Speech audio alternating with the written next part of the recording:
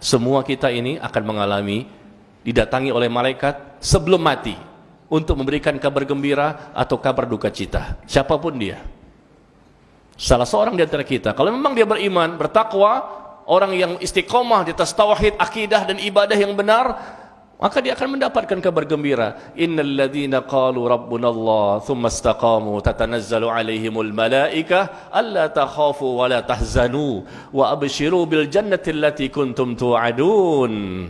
Allah firmankan di surah Fussilat surah ke-41 ayat ke-30 bahwa sesungguhnya orang-orang yang mengatakan Rabb kami adalah Allah, Rabb kami adalah Allah, Tuhan kami adalah Allah, kemudian dia istiqomah di atas akidah dan ibadah yang benar, maka turunlah malaikat di akhir-akhir kehidupannya menjelang kematian, sebelum nyawanya dicabut oleh malaikatul maut.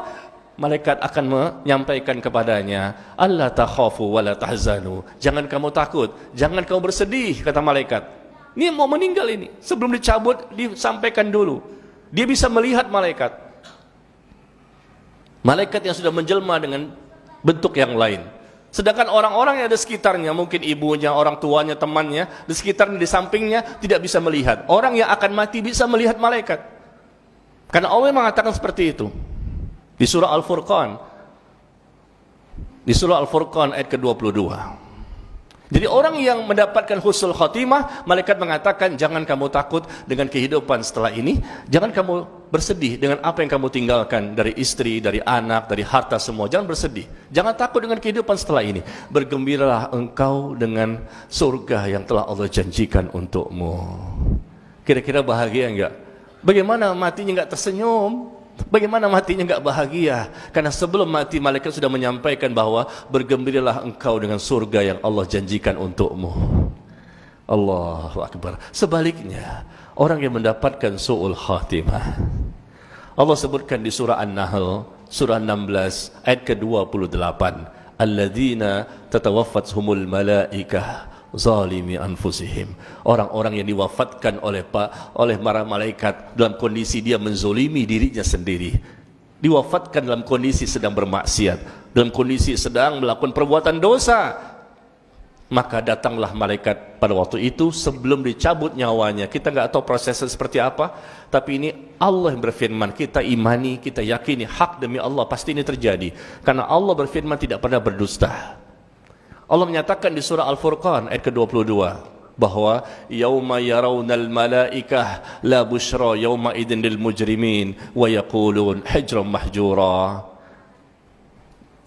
Ini kondisi orang yang mendapatkan su'ul khatimah. Ketika diwafatkan oleh para malaikat, malaikat pun mengatakan kepadanya,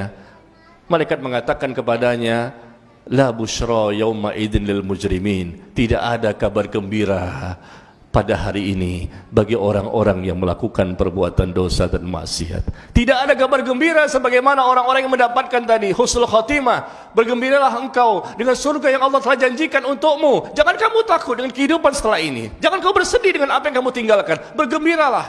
Sebelum mati dia sudah tahu bahwa dia akan masuk surga nantinya.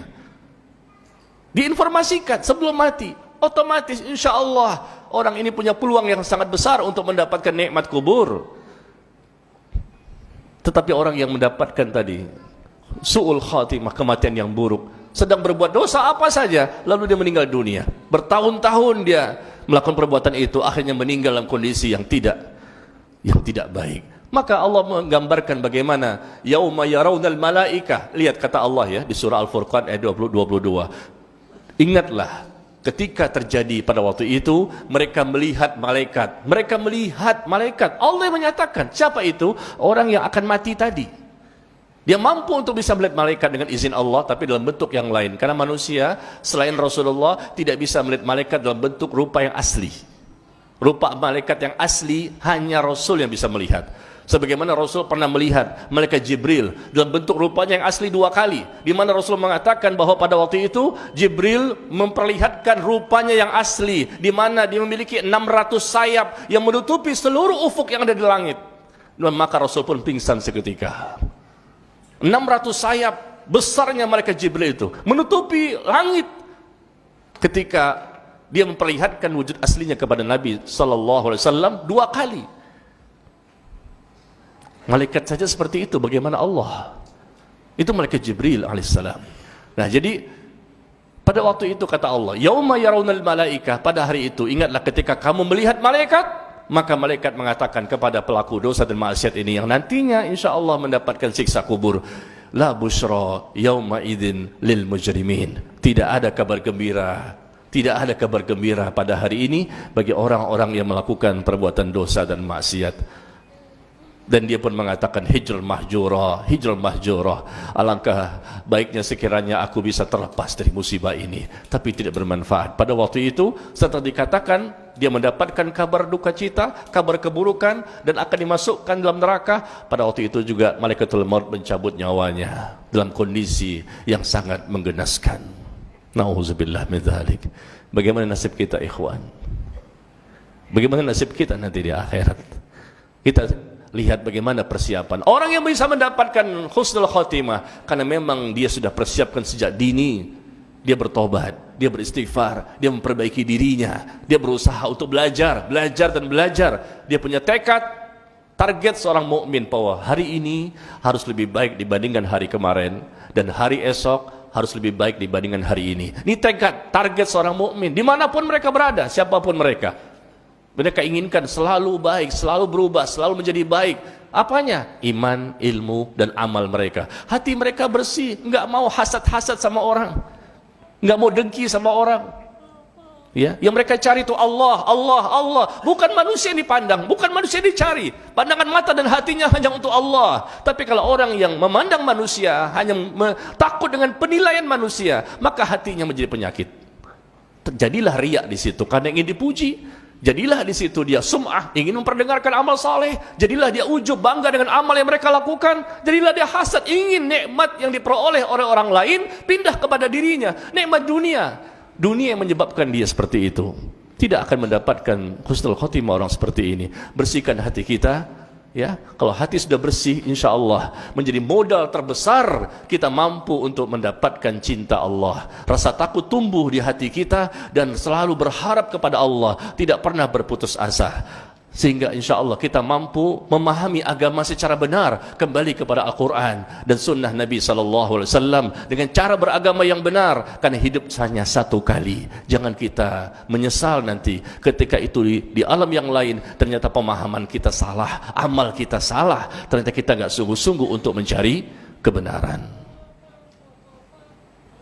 Semoga Allah memberikan hidayah kepada kita semua. Persiapkan ya. Andaikan yang mati bisa berbicara, kita belum mati tapi kita masihnya. Itulah yang diinginkan oleh mereka, dan kita bicara seperti ini dalam rangka untuk memotivasi diri kita agar kita semakin baik untuk mempersiapkan bekal sebanyak-banyaknya. Semoga kita harapan mendapatkan kabar gembira dari para malaikat tadi.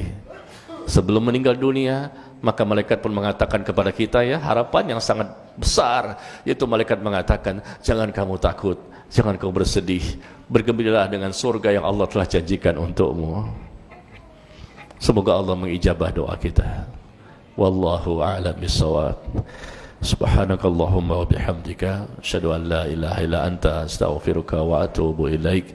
Wassalamualaikum warahmatullahi wabarakatuh.